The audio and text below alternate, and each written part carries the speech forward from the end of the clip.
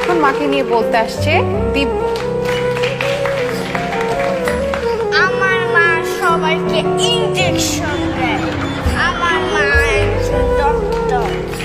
এখন বলতে আসবে জুলি। আমার মা একজন ফ্যাশন ডিজাইনার। আমাদের একটা শোরুম আছে, সেখানে অনেক ড্রেস পাওয়া যায়। Thank you. এবার বলবে নিধি।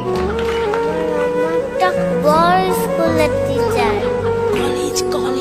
বড় বড় স্টুডেন্টদের পড়ায়। Thank you. মাকে নিয়ে এবার বলতে আসছে উনাইসা।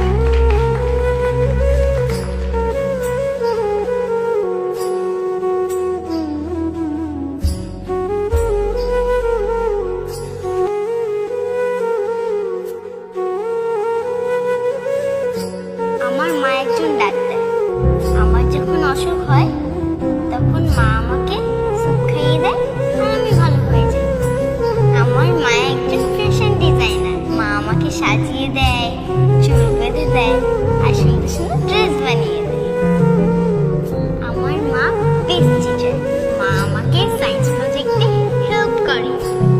মা আমাদের বাসার বস। বাসার সব কাজ মা একাই করে। আমার মা একজন হাউসওয়াইফ।